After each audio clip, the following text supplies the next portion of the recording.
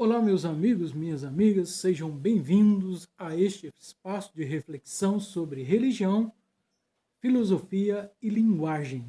Este é o segundo vídeo de uma série que eu estou propondo neste canal a respeito dos filósofos helenistas. No primeiro vídeo, fiz uma apresentação geral do período helenista e principalmente do problema que mais se ocupou esse grupo de filósofos, que é o problema moral, o problema da felicidade. Neste período da filosofia, vários pensadores propuseram a filosofia como uma técnica da felicidade. Eles se preocuparam com outros problemas da filosofia, mas focaram principalmente neste ponto que é fundamental, que é entender a filosofia como um modo de vida, uma técnica de felicidade. Ou seja, este é basicamente o problema moral. Neste segundo vídeo, trago para a nossa reflexão e compreensão do valor do pensamento ético desses filósofos um conceito dos estoicos, as representações. Em tempos de crises, geralmente buscamos consolações em diversas formas de pensamento, de reflexão, como a religião, terapias, mas a filosofia no período helenista também foi apresentada como uma forma de a gente se consolar, ou seja, uma técnica para poder lidar com nossos problemas internos. Então, Epicteto, que é um filósofo estoico, que viveu lá no final do século I depois de Cristo até o início do século II, ele trabalha no seu livro manual, que é o Enchiridion, um conceito muito importante para nós, que são as representações que nós fazemos das coisas. Então, ele diz, as coisas não inquietam os homens, mas as opiniões sobre as coisas. Então, em tempos de crise, devemos procurar uma opinião sobre os fatos que nos possibilitem encontrar a tranquilidade. Porque todo o objetivo da filosofia helenista, que se apresenta como técnica da felicidade, é buscar a tranquilidade interior, a tranquilidade de espírito e também essa tranquilidade externa, que seria o bem-estar físico e um bem-estar espiritual, mental. Então, a opinião que nós temos a respeito das coisas, às vezes, ele nos traz muito mais sofrimento do que o acontecimento em si mesmo. Epicteto diz o seguinte, as coisas não inquietam os homens, mas as opiniões sobre as coisas. Por exemplo, a morte nada tem de terrível, ou também a Sócrates teria se afigurado assim. Mas é a opinião a respeito da morte de que ela é terrível e o que é terrível. Então, quando se nos apresentam entraves, ou nos inquietarmos, ou nos afligirmos, jamais consideremos outra coisa a causa, senão nós mesmos, isto é, as nossas próprias opiniões.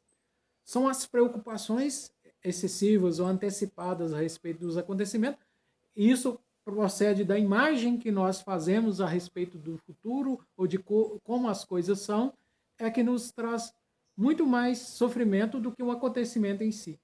Então, a opinião sobre um acontecimento para os estoicos, ela faz toda a diferença. Existem muitas possibilidades sobre o futuro.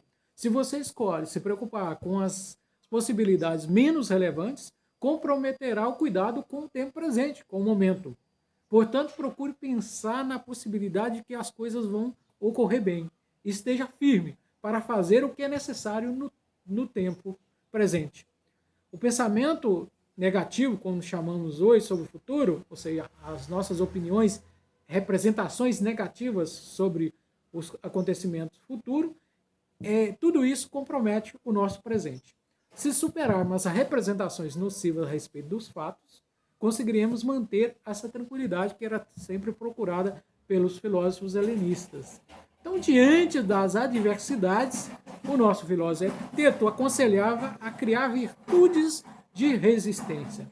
Ninguém pode evitar alguns acontecimentos futuros, porque os estoicos distinguiam, principalmente Epicteto, para falarem a respeito da liberdade, eles faziam uma distinção que é muito útil para qualquer tempo, sobre as coisas que estão sob o nosso poder e aquelas que não estão sob o nosso poder.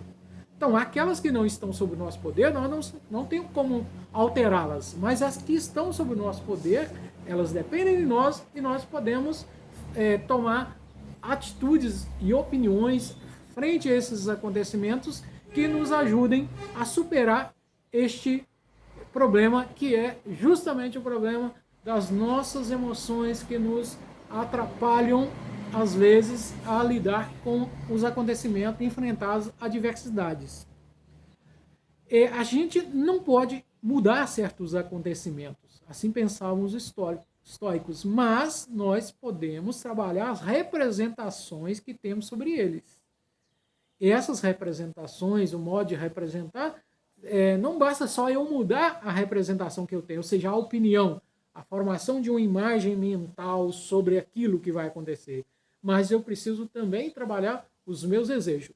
Então, o estoicismo, assim, toda a filosofia helenista tem um papel fundamental na educação das emoções, como lidar com as emoções, para que nós podemos fazer escolhas seguras, podemos enfrentar os problemas da vida, as adversidades, de uma maneira mais eficaz.